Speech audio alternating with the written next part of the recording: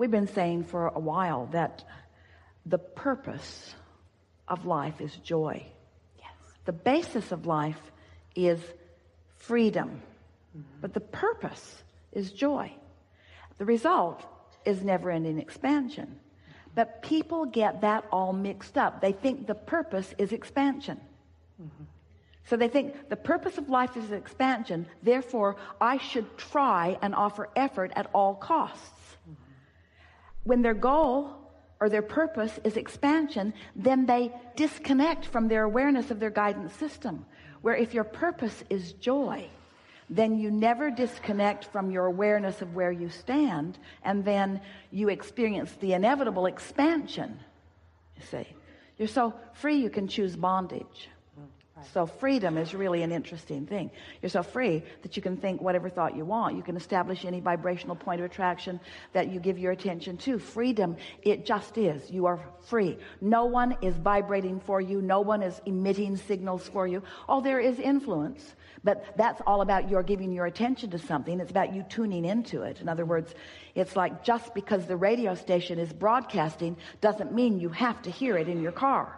You got to turn something on and you got to tune to it. In other words, it's not asserting itself into your realization unless you do some tuning. So there are a lot of people that are doing a lot of tuning, not even knowing they're doing the tuning, and then complaining about what they've tuned into and wanting it to go away. And we say, that's really going about it the hard way, because now you've got to control the whole world, and you can't. You don't even know what you want from the whole world. But when your purpose is joy, now you are at the place that you will tune yourself into the frequency that allows you all of this. We're glad that that was inspired to you. We're glad that you received that clarification, because it's a really good place to insert something so poignant and perfect into this conversation.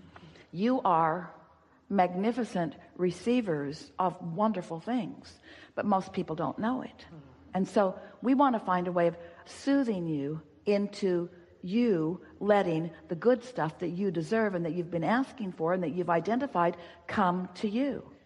But you're hard to soothe because you've got so many preconceived notions of who you are and so many preconceived notions of what you should be doing, that when we say to you that your singular work is to find a way to soothe yourself right now into letting all of the goodness in, it doesn't seem enough for you, because a lot of times you feel like you've been sitting there and it hasn't been coming, but you've been sitting there in a resistant vibration, and you don't need to do that anymore. Have you received any clarity at all today? Do you feel more ready to just be nicer to yourself and just allow more good things to flow to you? Yes. Do you feel less necessary to justify or defend or earn the well-being? Does it feel to you like the flood is flowing to you? Absolutely. And are you ready to bring the umbrella or the shield down and just let it flow? Yeah. So what are the techniques that would allow that? Well, they are as simple as anything that feels good to you. It really is that. But let's talk about, if your purpose is joy, and the reason that it's a good thing for you to focus upon that being your purpose is because that means you've found a way to allow yourself to be the full and complete receiver of all of the wonderful things that you deserve and all of the wonderful things that you've become. Did you hear how big that statement was? The things that you have been asking for, that you've put into your vortex, begin flowing in a steady stream into your experience. And so you call that manifestation. We call that the natural rhythm. So is that clear? Yes. You create the atmosphere of joy one way or another. You just figure it out. Just figure it out. Don't ask us how to do it. Look at stuff and it feels joyful. Keep looking at it. And if it doesn't, look somewhere else. And just keep looking around until you find things that feel good. Think thoughts until you find some that feel good. And when you find some that feel good, remember them. Remember them. Esther found a new app. She was so excited to find it because she's spread out all over the place. And the app is, where is it? Where is it? And so, well, there it is. So now where's my phone that has the app in it that says, where is it? Where is it? Where is it? Well, she wants to remember where she's put things, and we want you to remember the things that you found here. So what's the purpose of life? Joy. And where do you find that? Well, you got to kind of look for it at first, but you find it in not complicated places. Don't look for it in those hard relationships.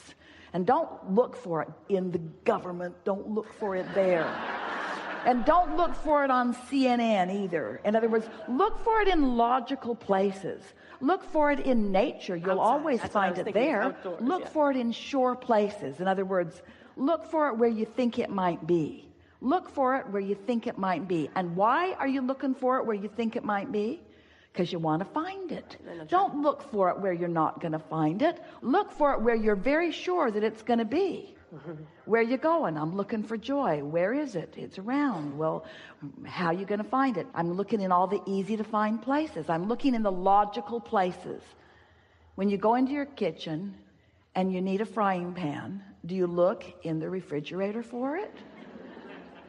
Do you look in the wastebasket? Don't you look in the logical place for it? Don't you kind of pretty much know where things logically are? We know you live with some unreasonable people, and sometimes things aren't where they logically should be. We know that every analogy is a little off in some ways. So what's the purpose of life?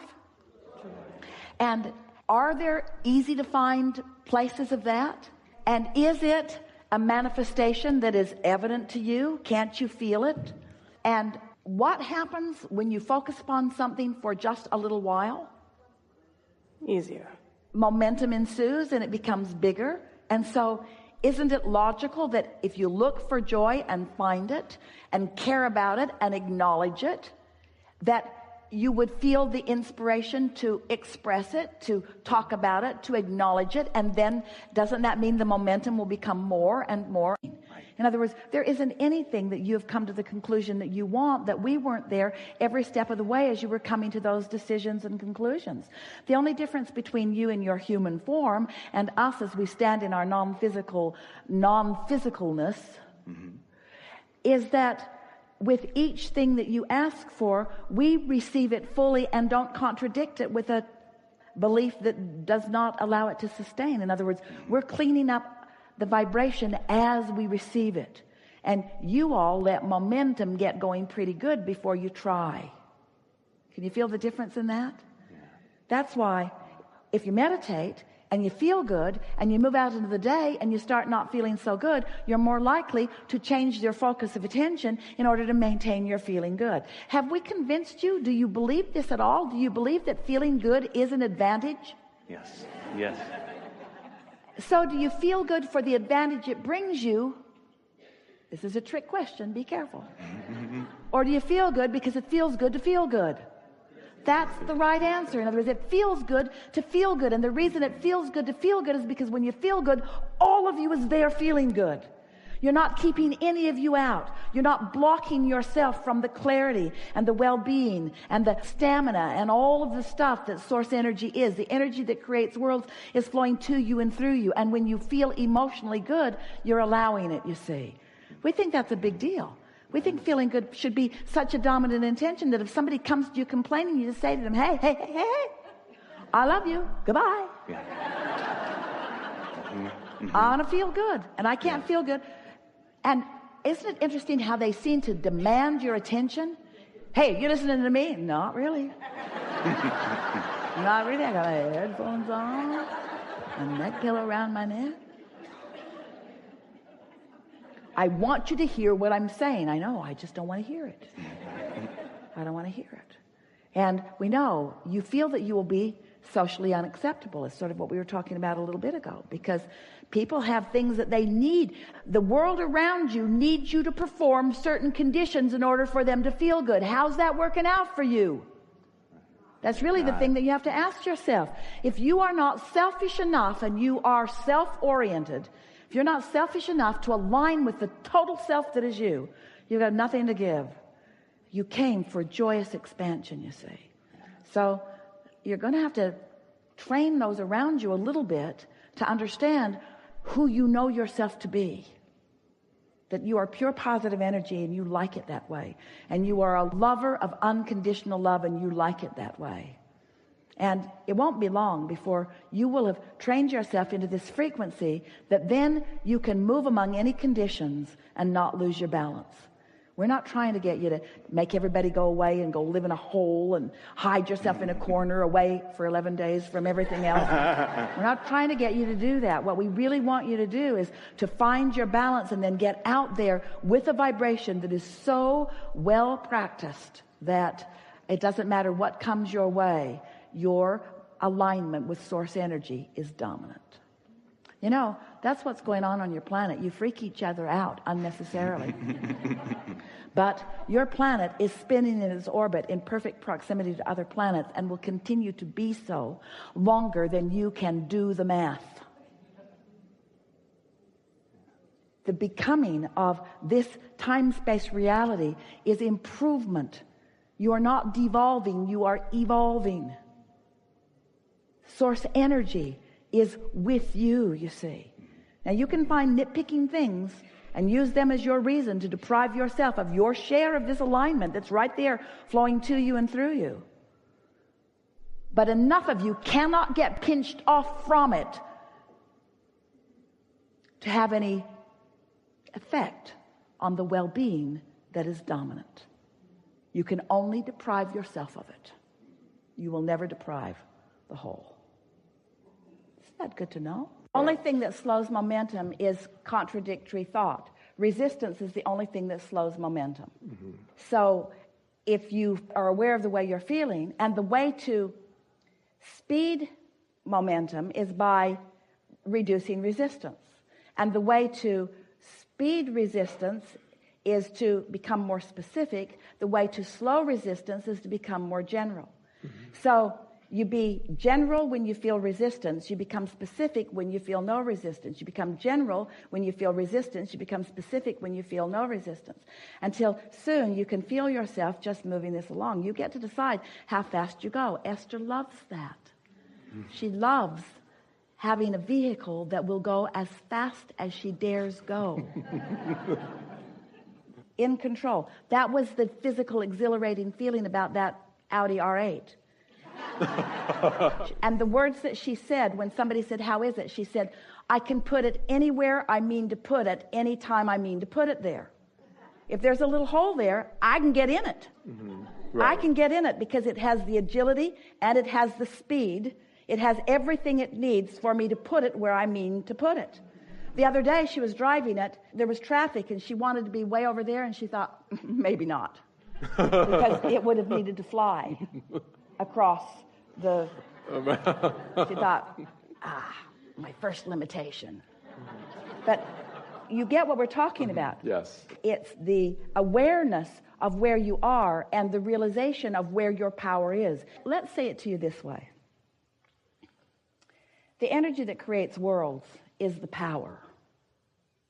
And it's all queued up, and it's at a very high frequency and speed, and it can accomplish anything. Right. So what you're talking about as a utilizer of this current or energy is effectively using it to the degree of your ability to receive it and direct it. Yes. Yes. So it's not about the power itself. It's infinite. It's about your ability to focus it within the confines of your understood limitations. Ooh. And your limitations can become more understood by you if you are emotionally savvy, if you are emotionally aware. Right. So it really boils down to something as simple as, if it feels good, give it more attention. If it feels not good, give it less attention. Absolutely. And the less good it feels, the less attention you want to give it. So actually what we're talking about in this unconditional love, we're wanting you to guide yourself into attention to conditions that are wobble-free. In other words, it's about offering attention to something that allows the fullness of you to flow. Right. We've offered an analogy for a long time. If you're going 100 miles an hour and you hit a tree, it's a big problem. If you're going 5 miles an hour and you hit a tree, it's not such a big problem. So if there are trees that you haven't dealt with, slow down. Slow down. But once the trees are out of the way, then go have fun. It really is about that. Yes. Clear enough?